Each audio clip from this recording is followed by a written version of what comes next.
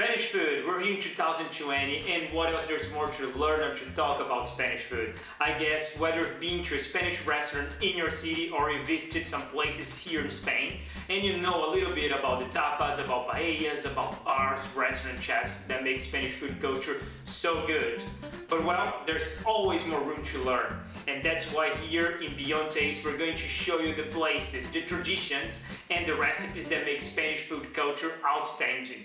And let's start with something we all love, something we dream of. Let's start with breakfast. Although like you guys, we all love a good avocado toast with some poached eggs. Here, especially here in Barcelona area, we have a tradition called esmorzars de forquilla, which literally means breakfast with forks, although you can use your knife as well. Well, this tradition goes back to the medieval era, and thanks God we haven't lost that. Back in the days when people were living in the countryside and working the land, they needed a lot of calories to go through the day. So, well, they were asking for recipes such as cow stews, such as pork feet and seafood that early on in the morning. And well, until today here in Barcelona, you can find places that still serve those amazing dishes. Of course, let's not forget about wine. Wine is always mandatory in a good esmorzar de forquilla. More than talk, let me show you my favorite places here to have an esmorzar de forquilla in Barcelona. Here we are at Bodega Go. This is one of the magical places of Barcelona. It's a family-owned institution that's been running for the past 95 years. So I'm going to ask some of their specialties for us to try. So for us to start this esmorzar de forquilla, I ordered some callos. Callos is a typical Spanish dish. It's a stew. It's a cow stew made out of tripes, made out of cow feet, and made out of cow cheek. I know that can sound a little bit gross, but it's amazing. It's slowly cooked with herbs, with tomato sauce, and with some chickpeas. Callos are a beautiful thing. I love the texture that they have. You know, it's like a very slow cooked meat, very juicy, and with the sauce, with all the juices from the meat that's within the tomato sauce, it's delicious. And you can have it with a little bit of bread. It's more than excellent breakfast. We also ordered a fricandó, which is a veal steak that comes with mushrooms and pine nuts in a tomato and wine sauce.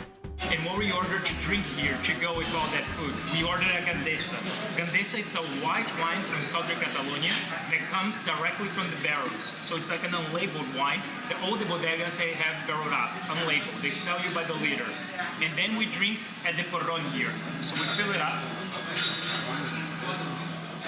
and drink directly from this device.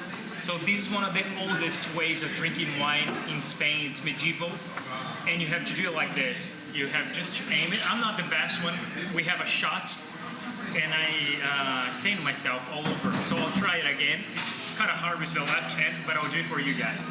So you just have to trust yourself.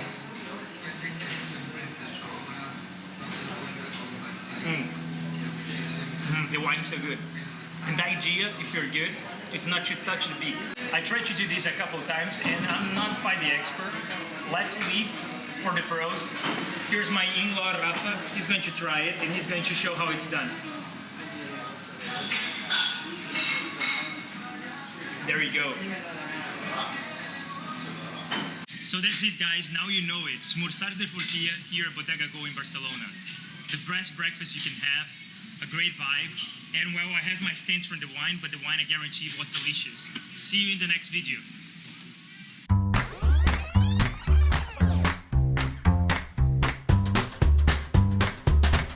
Here we are at Bodega Gelida.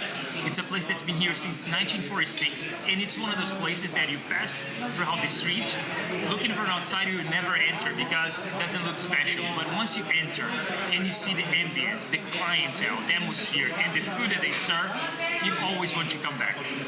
One curiosity about here is that they are die-hard FC Barcelona fans. And back in the days, since they started in the late 40s until the 80s, when the first generation was running the place, they would gather here. So the clientele, the owners, and they'll go all together to the stadium to watch the matches. Here we have the meatballs, here we have the tortilla with eggs, potatoes, beans, and a little bit of black sausage. Wow, this is a good advance, guys. Their prices are super affordable, their food is outstanding, it's classical, it's like mom and pop shop. It's one of those places that you must come, you must visit, and you must enjoy the food. Everything is so good here.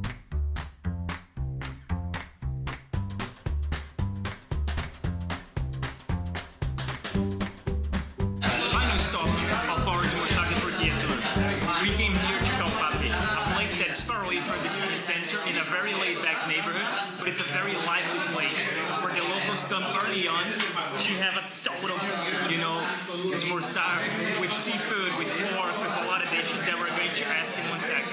Here we're going with definitely some classics from the esmorzar de Turquia. Whenever I was talking to people that I was going to do this video, they said, make sure you eat a butifarra, that means a sausage, with monjetas, with white beans. That's a quintessential esmorzar de Turquia dish. Here we have a countryside sausage, some white beans, aioli, the original, the Spanish mayonnaise. This is the true breakfast of champions. Much better than a bowl of cereals and milk. Here we have energy to go at least for 2 days. Salud! And we're also having a cuttlefish with some French fries. So here we have the mountain and the ocean blended together. The cuttlefish is very typical here in Spain.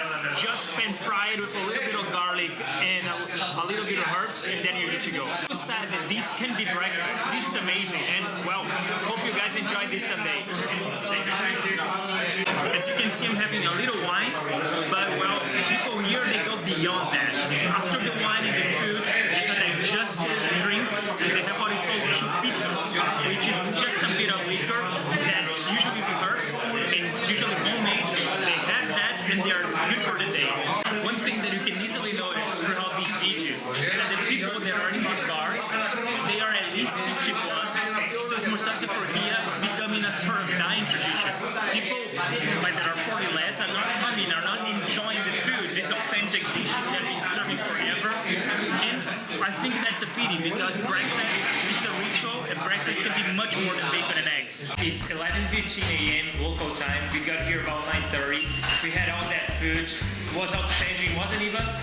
Yes. Eva, it's our camera woman and my wife. Now we're having some cortado. And I think we have a wrap.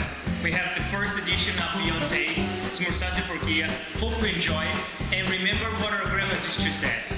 Sharing is caring. If you like this video, subscribe to the channel and well, share it with your friends. See you in the next video.